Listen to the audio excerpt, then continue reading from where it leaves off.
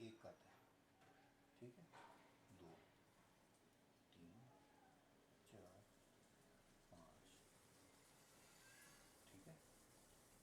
1 2 3, ये टोटल मेरे पास हो गए 8 कट, सही ठीक है।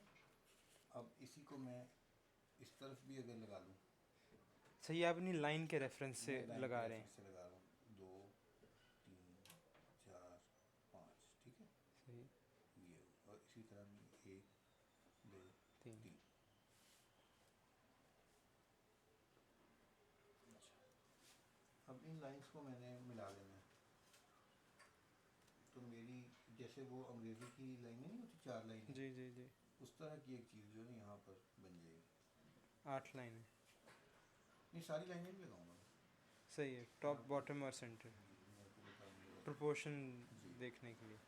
और यहाँ पे मैं 2 5 कत पे। 5 के ऊपर ना, ये वाला जो 2 कत पे। नीचे से 2, ये। सही। अच्छा, बल्कि एक लाइन और लगा देता हूँ इधर 2.5 कत पे, उसकी मैं आपको वजह बाद में बताता हूँ। क्योंकि ये जो बीच वाली लाइन है ना, ये किसी और रेफरेंस से है। बेसिक लाइन ये है जो मैं लगा रहा हूँ, 2.5 वाली, यानी 2.5। कि 2.5 2.5 3, इस समय में सही। 2.5 सही। 2.5 और 3, ठीक है। सही। टोटल ये जो है ये 8 कट है, ठीक है। अब मैं शुरू कर रहा हूँ अलिफ लिखना। सबसे पहले हमारे पास एक एक्स्ट्रा कागज़ होता है जो हमने रखा होता है अपने पास, जिस पर हम कलम को थोड़ा सा साफ़ कर लेते हैं, एक्सेस एक्स्ट्रा इंक। इंक को। कई दफ़ा तो हम इस यहाँ से भी करते हैं, ठीक। लेकिन फिर भी हमें अंदाज़ा नहीं होता। तो अब ये जैसे मैंने कर लिया और अब मैं अलिफ लिखने लगा हूँ। तो इस स्केल की वजह से मैं आधा कत ऊपर से शुरू करूँगा।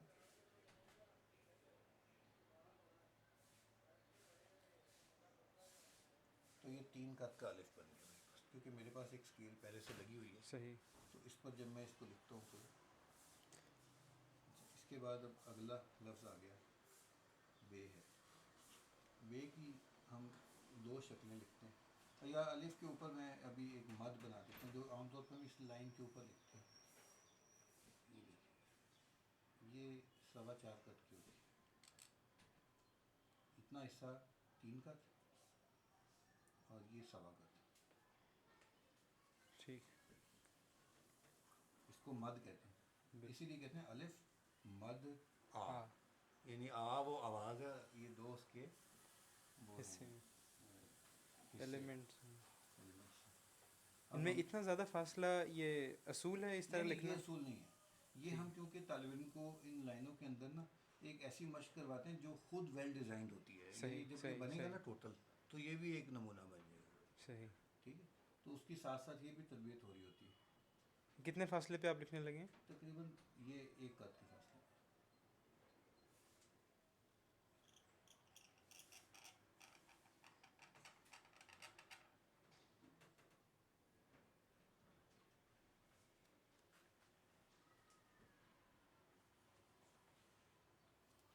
ये जो बे है ना, इसका जिधर से ये स्टार्ट हुई है, इधर से इसका एक कद का नीचे हम इसको रखते हैं, और जिधर ये टच करती है उससे आधा कद की ऊँची होती है, सही। ये यहाँ से। और इधर से हम इसको मैक्सिमम कोशिश करते हैं 11 कद, 4 5 6 7 8 9 10 11, यानी कि मैं यहाँ तक आ सकता हूँ। सही। तो यहाँ तक आने के लिए मुझे इस सेंटर से ना इसका एंगल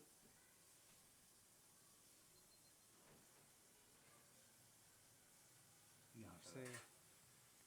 अब इसी का सेंटर लेके यहाँ पे मुझे एक और बे बनानी है छोटी, जो पहले आपको मैंने दिखाई थी। तो वो 1 2 ढाई यहाँ से शुरू होगी और यहाँ तक आएगा। 4। ये 5 का, 5। अच्छा, 5 और 11 फिबोनाची पे आ जा रहे हैं। ये 5 और 11 8। मतलब 5 का 5 मतलब है 8 कि 11 फिबोनाची है ना। जी। तो कुछ है उस तरह की।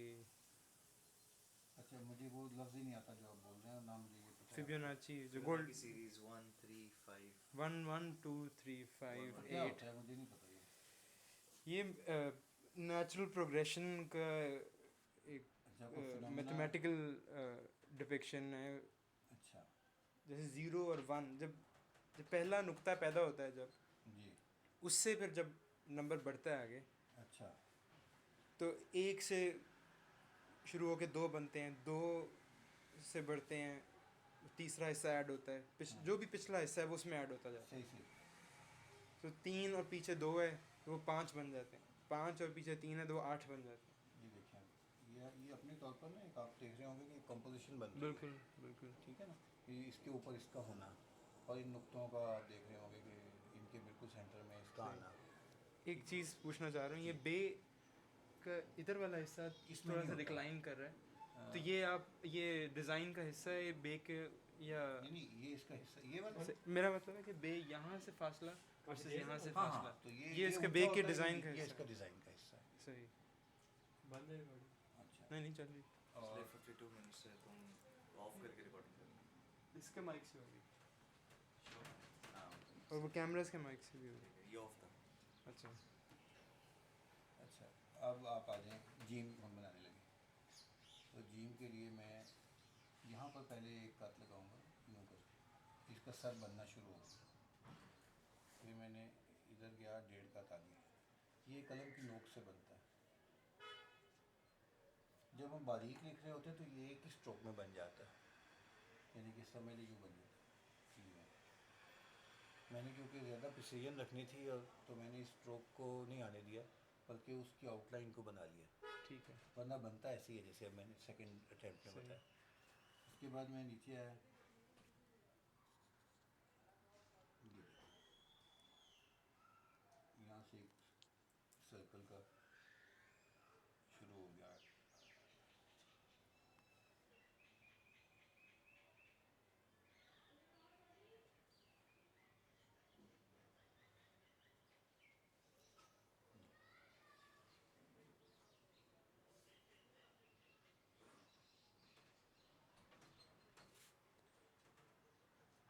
उसके बाद ये दाल यहाँ से शुरू होती है।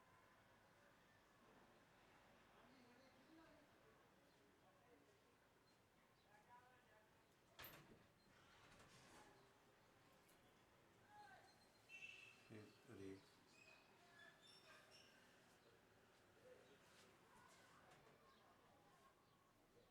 ये भी जब बारीक लिख रहे होते हैं तो एक ही स्ट्रोक में बनता है, ये नीचे वाला हिस्सा जो इसका पाँव। अच्छा फिर दाल की एक और शक्ल है जिसका मुंह ऊपर को उठा होता है, ये तो नीचे की तरफ है, जी। वो यूँ होती है।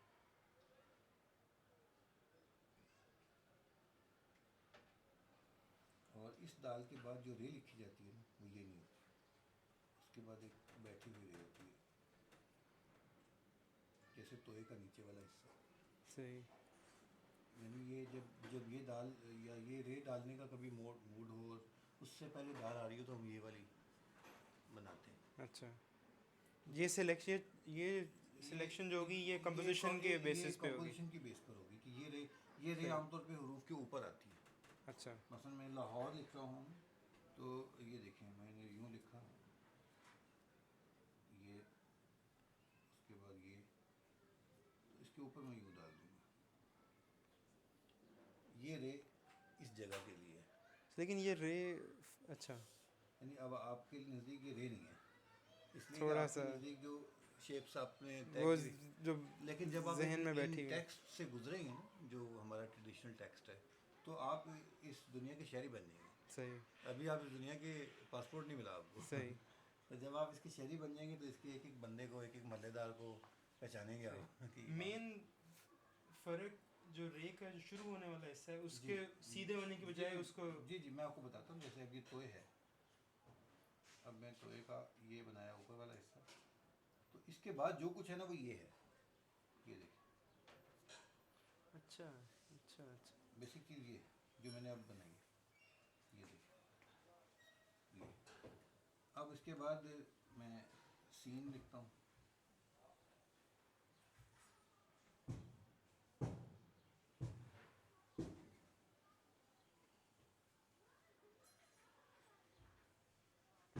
अच्छा दूसरा किंगरा हमेशा लंबा होता है थोड़ा सा। ये आधे कद का होता है और ये एक कद का होता है। ये देखो मैं आपको यहाँ मैं बीच में रखूँगा तो एक कद जगह निकलेगी, सही और यहाँ जब रखूँगा तो ये इसके अंदर की जगह ठीक आधा कद ठीक होता सही। है।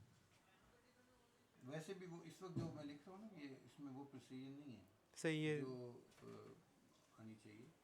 हम जब इस तरह काम करते हैं तो बड़ी पहले बड़े नखरे से साइज लगा लेते हैं। अच्छा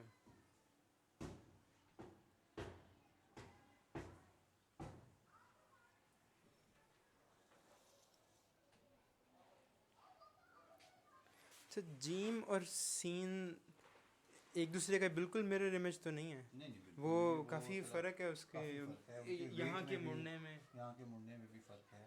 और जो ये चीज़ है ये उठा के वहाँ लगाएंगे तो बिल्कुल नहीं उसको फिट मिरर करके आएगी। नहीं नहीं फिट खड़ी हो आएगी। सकती, बिल्कुल नहीं। अब ये देखें शीन जो है ना, सीन की दूसरी शक्ल जो है ना लंबाई वाली, जी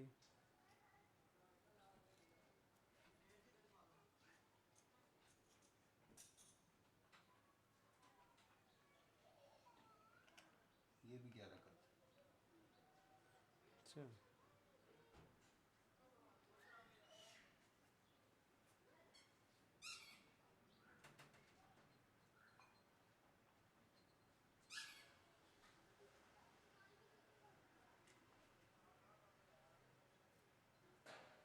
और इसका यहाँ पर तकरीबन बनता है ना, अगर इसके आप ऊपर नुक्ते डालना चाहें सही। तो वो आप विजुअली पहले एक जगह तय कर लेते हैं और फिर उसके बाद आप उसके अंदर नुक्ते रख देते हैं। और ये भी देखें इसके सेंटर क्या जो जो विजुअल सेंटर है विजुअल इसका। सेंटर कोई मतलब आपने कोशिश करनी होती है कि जो लाइन बन रही है ना वो एस्थेटिकली खूबसूरत हो। सही उसके बाद फिर आप आगे आ जाएं तो स्वाद है। ये जो इसके अंदर कहते हैं खरबूजे का बीज होना चाहिए, अच्छा जो नेगेटिव स्पेस है ना उसको स्टूडेंट को याद करवाने के लिए ना, सही है ये वाली बिल्कुल ठीक। ये लिखा हुआ है बुक्स में, अच्छा हमारी सारी बुक्स में इसी तरह लिखा है।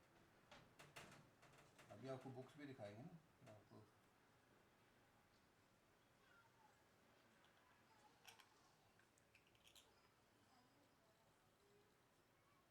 इंक कम भी हो जाए ना तो हम लफ्ज़ पूरा डाल देते हैं। अच्छा इसकी वजह है कि पेपर पर कोई ग्रूव बन जाता है, जिसके ऊपर जब दोबारा पीछे से कलम आती है ना तो उसको फॉलो एक करती अच्छा है, उसके अंदर रहने पे मजबूर होती है किसी हद तक, उसको वो पाथ मिल जाता है। सही क्योंकि अगर वैसे आप छोड़ देते हैं तो वो फ्लो फिर बरकरार नहीं रहता। हम्म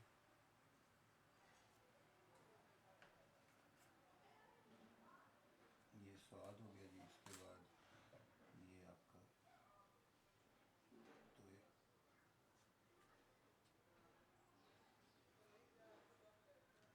अच्छा तो ये नीचे से पतली होती है। जी अच्छा मैंने जब कभी कोशिश की लिखने की तो मैं उसको मोटा करता हूँ स्वाद की तरह नीचे से। नहीं वो ये नहीं, आप इसको भारी कर देते हैं। जी ये इस तरह। अब यहाँ से आप देख लेंगे एन,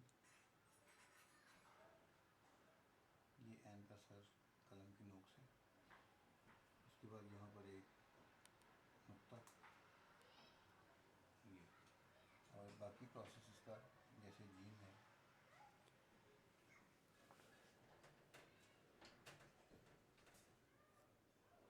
अच्छा ये हिस्सा जीम से आइडेंटिकल होगा। ये जीन से आइडेंटिटी।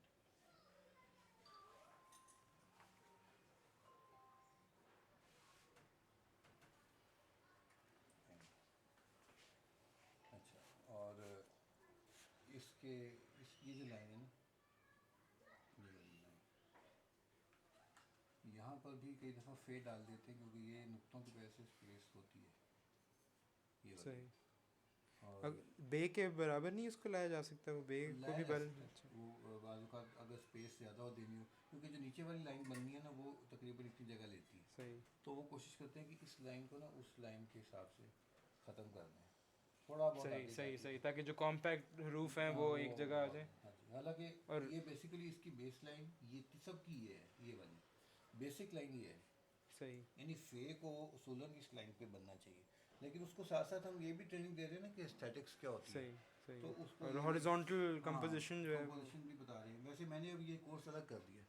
अच्छा, मैंने वो ट्रेडिशनल जो तरीका था उसको बदला है थोड़ा सा, कि मैंने वो मैं दिखा ताकि अकेले हरूफ पहले अकेले सीखें। हरूफ और स्ट्रोक्स के हिसाब से मैंने कर सही। दिया, कि जो वर्टिकल स्ट्रोक्स है वो वाले हरूफ मैंने एक तरफ कर दिए, हॉरिजॉन्टल स्ट्रोक्स वाले एक तरफ किए, ताकि उसकी स्ट्रोक मजबूत होनी शुरू हो। अच्छा, और वो मैं दिखाऊंगा, मैंने उस पर काफ़ी बदली है ये चीज़ें, लेकिन ये है कि ये वो है जो हमने सीखा था, ये मैं आपको वो बता रहा हूँ। ये फे का सर बन गया, और इसको फिर 5 कत वाली बे जो है, ये वाली जो हमने वहाँ बनाई थी, जी,